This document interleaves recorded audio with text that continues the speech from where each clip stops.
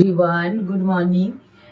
তিনবার নিজের পার্টনারের নামটা নিয়ে নাও আর ডবল ট্যাপ করে এনার্জি কানেক্ট করো। আমি দেখবো তোমার পার্টনার তোমাকে নিয়ে সকাল সকাল কি ফিল করছে, কি চাইছে, তোমাদের রিলেশনটায় তোমাকে নিয়ে সে কি ফিল করছে, কি চাইছে।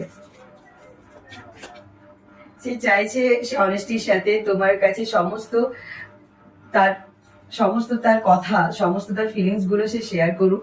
সে কিছুটা ডিস্টেন্স মেনটেন করেছে কারণ সে চাইছে যে তোমাদের মধ্যে যে প্রবলেম গুলো আছে সেগুলো যেন সলভ হয়ে যাক। আর মাঝে মাঝে হয়তো তোমার পার্টনার সন্দেহ করে তোমার লাইফে কেউ থার্ড পার্টি আছে, বা তুমি তাকে হয়তো ছেড়ে দিয়ে অন্য কাউকে চুজ করতে পারো।